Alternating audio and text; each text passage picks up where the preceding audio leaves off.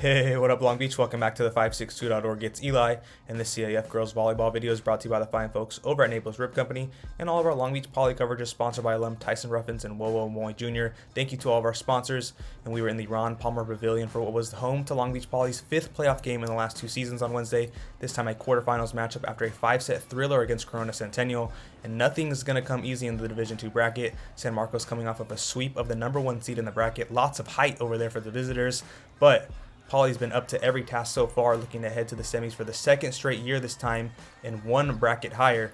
And those Jackrabbits were ready, the crowd behind them, and as expected, the Royals would find some success to some of those lengthy hitters. Samantha Fallon with a pair of kills down the middle for San Marcos as she slices this one down the middle of the court. Reese Paskin also with a kill on the outside for the Royals as a pair of 6-1 hitters get on the board for the visitors. But Allison Whitland, she wants a height check, slicing a kill between the block as Poly's 6-1 middle gives her team a big boost. You can see that energy looming large, and why not set it to her again? Whitland sends another one down the elevator shaft, part of a 14-1 run in the middle of this set for Poly, as Cianale Purcell says it's my turn now with the kill, slicing one through. Poly just riding its hot hands as McKenna Yamaliava tools this one off the block. Foster goes right back to her, same spot, same result. Yamaliava with another kill for Poly, and 6 aces in the set for Poly. A bit of a theme in this one, and none bigger than this one at set point. Hannah Balungai's serve can't make it back over the net as Poly takes the first set 25-17.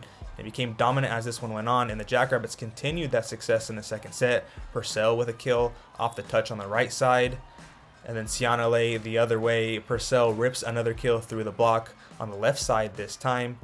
Poly just eating at the pins as this game went on as Yamaliava slaps one of her 10 kills through. But credit San Marcos for staying in it and coming back momentarily after facing set point 24-21. Charlotte Hastings and Jordan Schmaller with the block.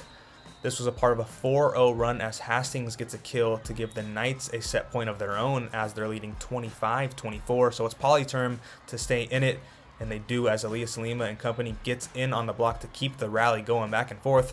San Marcos still fighting back though as Schmaller puts one down the middle. Poly unable to receive it as it's another kill for the Knights, but Poly's serve was just really the difference all night long, but certainly the difference in a pivotal moment to get out of this late second set rally. Keola Akinangak with the perfect placement on that serve, and you can see that crowd is fired up. 2 points later at set point, like I said, that serve loomed large, and Lauren Foster is not able to get this serve received as they go on to win the set 28-26, one of Foster's 3 aces in the match. Poly firing on all cylinders after a tight-knit set, and it was all Poly in the third. Yamaliava keeps the great serving night going with an ace here. Chiki Talaga actually led the match with 6 aces. Then on the outside, it's Salima with one of her 7 kills, as you can see her bringing the smiles as she always does. The crowd hyped up in the background.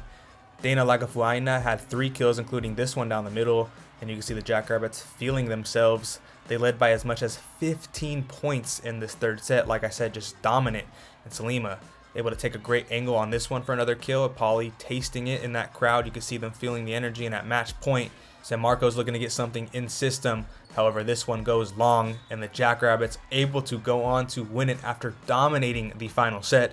They take it 25-17, 28-26, 25-11, and these Jackrabbits just seem to find a way to win, and for the 2nd straight year in a row, they're headed to these semifinals. It's just hard not to love watching this team in the playoffs, and we'll get to see them again in that semifinals matchup when they travel to Santa Margarita on Saturday. And for coverage of that and all things Long Beach sports, you're already in the right spot, the562.org.